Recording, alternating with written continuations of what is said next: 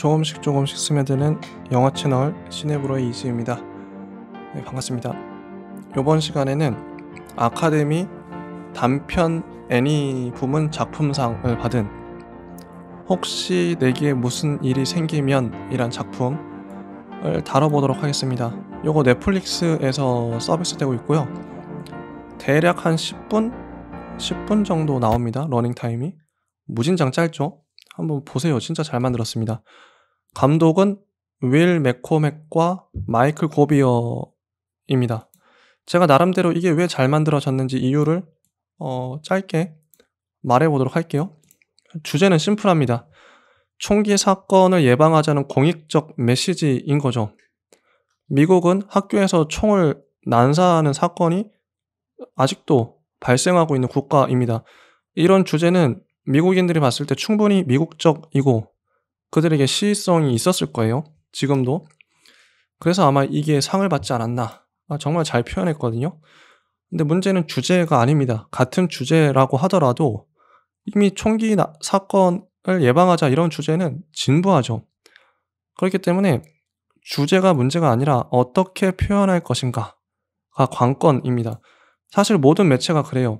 드라마, 영화, 애니, 웹툰 이런 거 표현하는 방식은 제각각일지 몰라도 결국 주제는 사랑, 우정, 평화, 대동소이합니다. 지극히 보편적인 가치의 보편적인 주제를 말하고 있죠.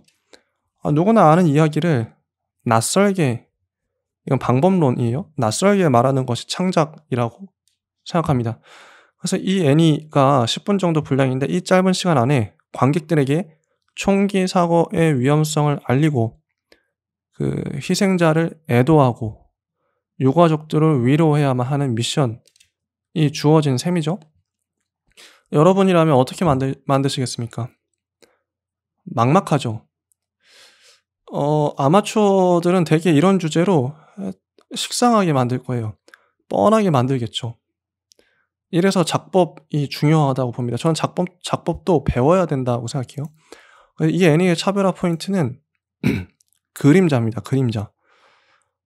자, 테이블의 양 끝에 멀찍이 떨어져 앉아 남편과 아내가 말없이 밥을 먹고 있어요. 첫 장면에. 두 사람은 접시에 코를 박고 오로지 먹는 행위에만 집중합니다. 가운데 놓인 화분의 꽃은 시들었죠. 테이블 너머로 거대한 두 사람의 그림자가 나타나요.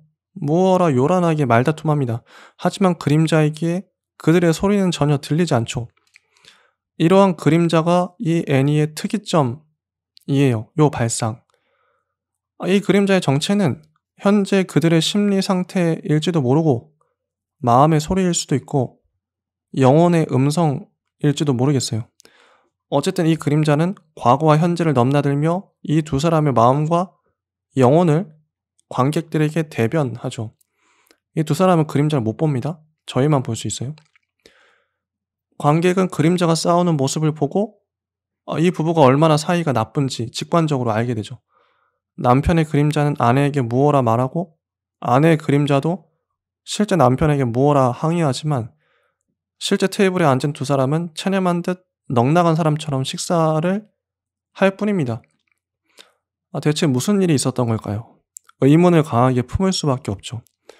다투던 그림자는 어느샌가 뭉게구름처럼 사라져버립니다. 연기처럼, 안개처럼. 남편은 아내를 물끄러미 바라보다가 접시 들고 나가고 아내는 남편에게 무언가 말하려 하는데 남편은 이미 나가버리고 없죠. 이런 시선의 엇갈림, 대화의 엇나감이 있어요. 남편은 집 밖으로 나와서 집 한쪽 벽면에 파랗게 칠한 페인트 자국을 물끄러미 바라보더니 이내 가버립니다. 남편의 그림자가 나타나 이 자국을 끌어안죠. 아내는 빨랫감을 들고 2층에 올라왔어요. 살짝 열린 문을 보고 문 앞에 다가가지만 이내 표정이 어두워지더니 문을 닫고 나가버립니다. 가버립니다. 따라온 고양이만 멀뚱하게 문을 올려다보죠. 아내는 집 밖에 나가 화원을 봐요. 꽃은 졌고 잎은 시들었습니다. 아내의 그림자는 애써 꽃을 피워보지만 아내는 축 처져서 집으로 터벅터벅 걸어갈 뿐입니다.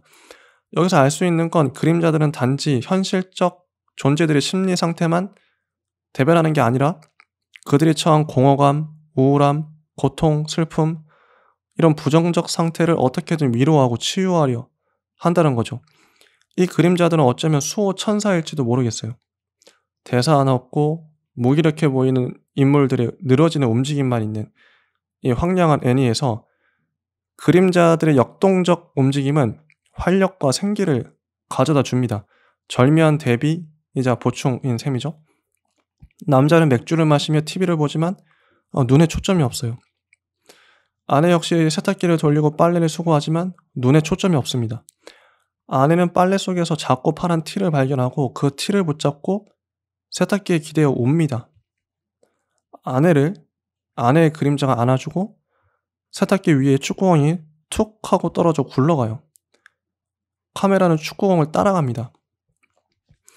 이 축구공을 어떤 여자아이가 차죠. 발로 차면서 이 여자아이는 이 부부의 자녀겠죠. 자녀가 어떤 일인지 몰라도 죽었다는 걸 알 수 있어요. 앞의 부분을 통해서. 어쨌든 이 아이는 건강하게 자랍니다. 축구도 하고 가족들과 같이 식사도 맛있게 먹고 생일엔 선물도 받고 남자애한테 고백도 하고 진짜 아름다운 그 꿈 같은 나날들, 그 사례 하나하나가 있어요. 특히 엄마가 아까 제일 처음 장면에서 식사하다가 동글동글한 걸 접시에서 굴리는데 그 동글동글한 걸 굴리는 걸 아이도 동글동글 굴려요. 이어지죠. 앞의 장면과 연결됩니다. 그리고 아이가 축구하다가 공을 찼는데 벽에 맞아가지고 벽이 뜯겨 나갔어요. 아까 장면, 아까 아저씨가 봤던 벽에 파란 페인트가 묻었던 장면, 그 파란 페인트를 그 아이가 발랐던 거죠. 이런 식으로 이어집니다. 일상의 순간들, 아이와 행복했던 순간들이 그걸 보면 떠오르는 거죠. 근데 아이가 이렇게 행복하게 건강하게 자랐는데 학교를 가요. 학교로 가는데 무거운 가방을 메고 학교로 가는데 엄마 아빠는 못 가게 가로막죠. 가로막습니다. 엄마 아빠의 그림자가 가로막아요. 그림자는 어떻게든 얘를 말리고 싶겠죠. 앞으로 미래에 어떤 일이 일어날지 알고 있으니까. 근데 아이는 결국 학교에 가고 학교의 건물 문 닫힌 모습이 보이고 총소리가 빵빵 들리면서 결국 사건이 터진 거죠. 그래서 참 안타깝습니다. 이런 애니인데 짧은 시간에 참 많은 것들을 잘 녹여낸 것 같아요. 특히 아이와의 추억. 아이는 엄마 아빠와 여행 가는 모습도 이제 나오고, 그리고 그 행복한 삶의 순간순간들을 잘 보여준 애니라고 생각을 해요.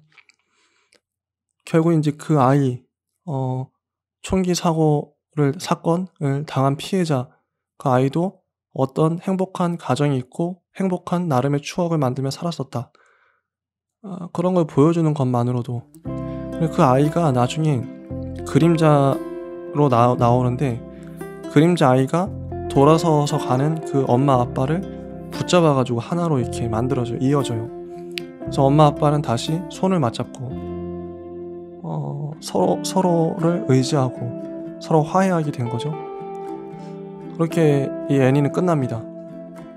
한번 꼭 보셨으면 좋겠어요. 한 9분 10분 정도 하니까요. 네, 여기까지 하겠습니다. 네, 감사합니다.